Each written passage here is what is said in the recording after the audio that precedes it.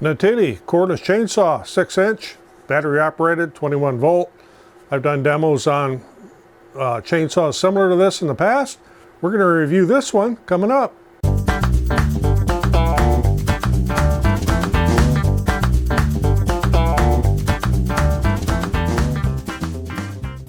I'm Roger, welcome to the shop. What I'm going to be reviewing here is this NaTiddy.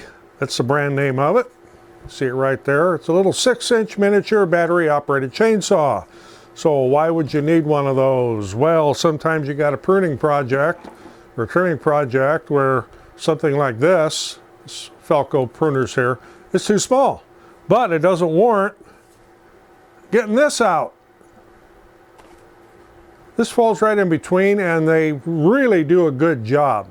So the very first one of these little battery operated chainsaws, there's a lot of brands out there and I've reviewed a couple of them. I was really skeptical about just how well they would work, but they became extremely handy. And in fact, when we had a tree go down at the granddaughter's house this past year, it fell over the garage, as you can see here, and I did all of the branch trimming up on the roof with two of those little cordless chainsaws, little battery operated chainsaws, one in each hand. I was like a chainsaw ninja up there. Then when I got down to the bigger parts, I got the big gas chainsaw out. So this was provided to me by NaTiddy to demonstrate. And we're going to do just that. But before I go out in the cold, and that's why I'm dressed in a coat in here. Yes, it's a little cool in here. It's in the mid-50s Fahrenheit. But outside it's below 32 Fahrenheit, and that's below 0 centigrade for you across the pond. And the wind's blowing. But I'm still going to do this little demo out there. We've got a dead branch in a tree along the lot line next to the neighbor's garage, and I'm going to cut out of there and show you how well this works. Let me show you first what comes with it. So you get a plastic case. It's kind of nice. Keep it in. Of course, you get an owner's manual. You get some of these, what I call cheesy safety glasses. You get a pair of gloves for either your wife or for the kids, because I don't know who this fits. I don't know many adult males with hands that small, but you do get gloves. You get a small bottle to put some bar and chain oil in to oil the chain. And I mention that because unlike a big, like the steel chainsaw I had sitting here, these are not self-oiling. You have to oil the chain. Bar and chain oil works best. In this particular instance, because I don't have any handy, I'm going to be using chain and cable lube. And why am I using this instead of like WD-40 or something? Because this will really adhere to the chain and the bar. And this is what I use most of the time on these little battery chainsaws. So that said, you get 2 batteries. I have one on the saw here. And you get a charger. And no, you cannot charge the battery while it's on the saw, because the charging port, as it shows right here, is on the top of the battery. And no, this does not swap with other brands, or DeWalt, or Milwaukee, or Makita, or Ryobi, or Mastercraft, or any of those. And there's more than one reason for that. I know a lot of people say, why don't they just make one universal battery? Well, it's called patent infringement. So if your battery may look just like, let's say, a DeWalt, but you can't have it plug in just exactly the same. It's got to be different, or you're going to be hit on a patent infringement suit. A lot of people think it's because the company just wants to sell you batteries, and while that is partially true, patent infringements comes on there, so that's why all the batteries are different. Okay, you also get a spare chain, and you get a screwdriver, and this has a very, very easy to adjust chain, and I'm going to show you how to do it here. Okay, on most of these small battery operated chainsaws like this, you'll get a wrench, and there'll be a nut over here you need to loosen up. And then there is a port right here where you would loosen and tighten the chain. In the case of this, you would just loosen this knob right here. Or you could take it off. You don't really need to take it off. You just need to loosen it. That makes this loose. And then you can adjust the tightness of your chain by putting it into the screw hole right here and turning righty-tighty, lefty-loosey. And while I'm at it here, I'll adjust this. Okay, how do you adjust the chain?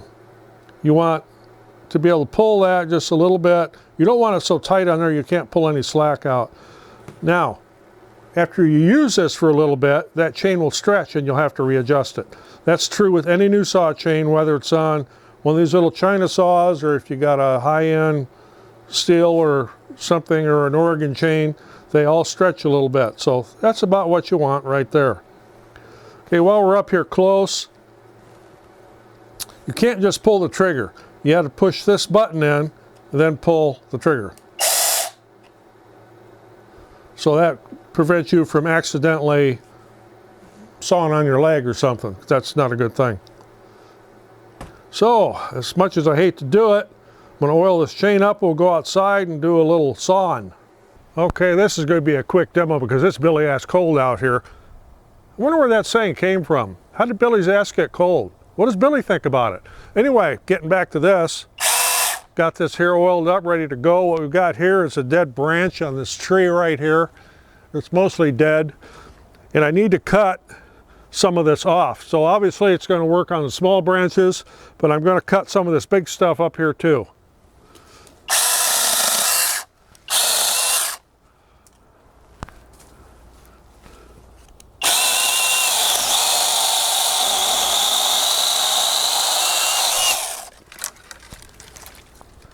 And try not to drop this on the camera.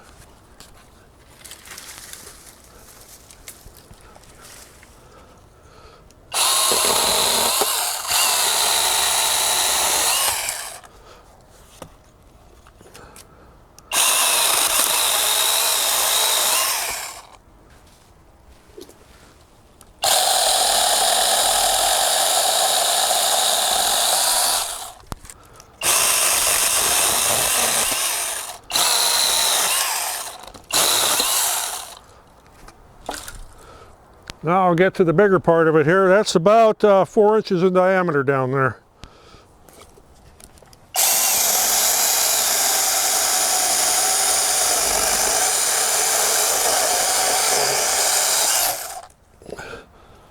So as you can see, it just goes right through it.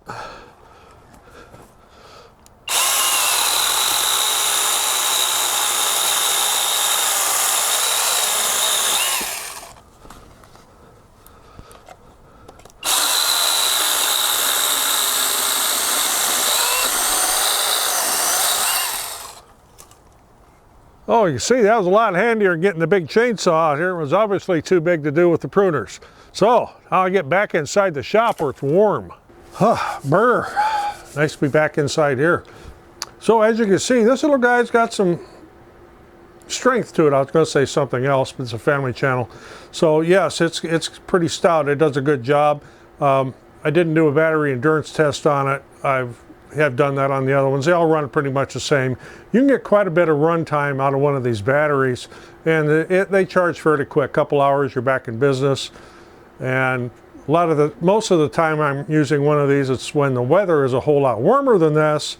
So if both batteries get run down and need to be on the charger, it's time to sit back and relax a little bit. So anyway, NaTiddy, I'll put a link in the description on where to get this. And once again, they did provide this to me to test and demonstrate, and obviously it does a good job.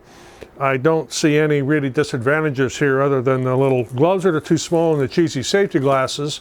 You do need to wear safety glasses when you're pruning though, even the little cheap ones. Protect your eyes. And don't forget to keep the chain lubricated. If you need to sharpen it, you would have to measure for a chainsaw chain file, and if you're not talented enough to do that, there's a lot of places where you could take your chains and have them sharpened. So if you got anything out of this, appreciate getting a thumbs up, always helps the channel. I'm Roger in the shop. I'm going to go get warm. Thanks for watching. We'll see you in the next one.